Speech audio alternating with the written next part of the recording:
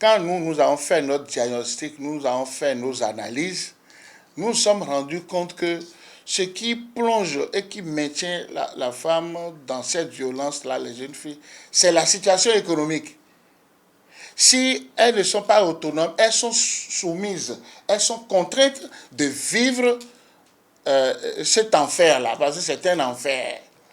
Donc, nous travaillons beaucoup avec les jeunes femmes et avec les femmes des zones, des communes rurales et même de Cotonou.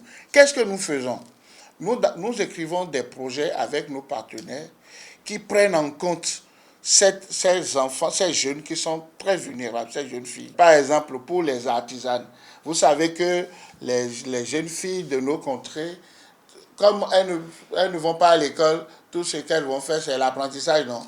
C'est des métiers d'artisanat. Donc, quand elles finissent ce métier d'artisanat-là, elles n'arrivent pas à s'installer. Et puisque elles ont appris un métier, elles n'exercent pas le métier, qu'est-ce qui va arriver là? Et elles auront besoin de moyens, de ressources pour vivre.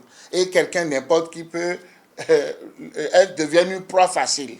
Donc, on les renforce techniquement en gestion et techniquement, c'est-à-dire on leur donne le minimum pour exercer le métier. Et on les installe. Et je pense que ça, c'est un projet. Nous l'avions expérimenté à Vrancourt. Nous l'avons fait aussi dans une commune à Dogbo. Et ça a marché. Qu'est-ce que nous faisons? Nous renforçons leur activité économique, mais en même temps, nous travaillons sur les VBG avec une méthodologie que nous avons appelée résilience. C'est-à-dire que nous travaillons sur les pouvoirs internes.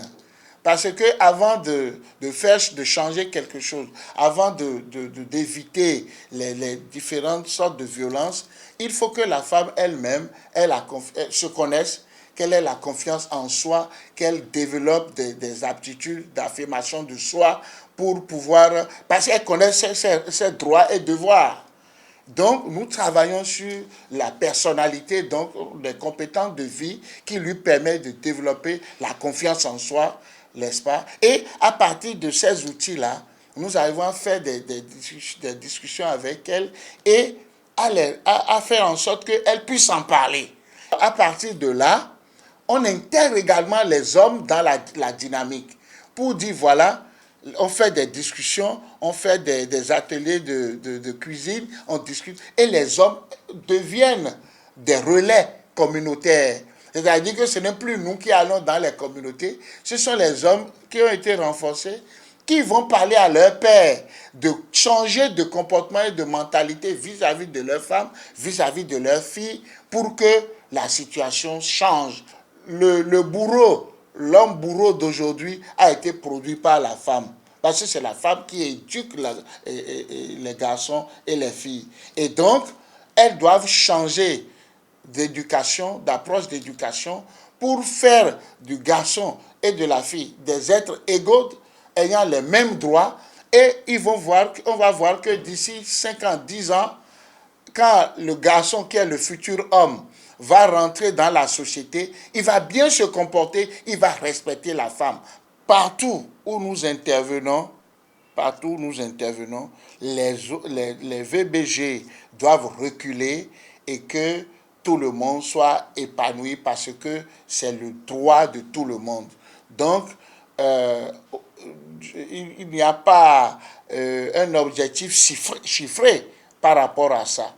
Mais toutes les cibles, tout le travail que nous faisons prend en compte l'épanouissement et le recul des VBG au niveau des communes rurales qui sont les communes dans lesquelles nous intervenons. Ça veut dire quoi? Si vous prenez, présentement, nous sommes en train de faire notre plan stratégique pour 2022-2027. Nous avons déjà mis cette stratégie-là, dans nos objectifs. Tout ce que nous allons faire prend en compte, n'est-ce pas, ces aspects-là.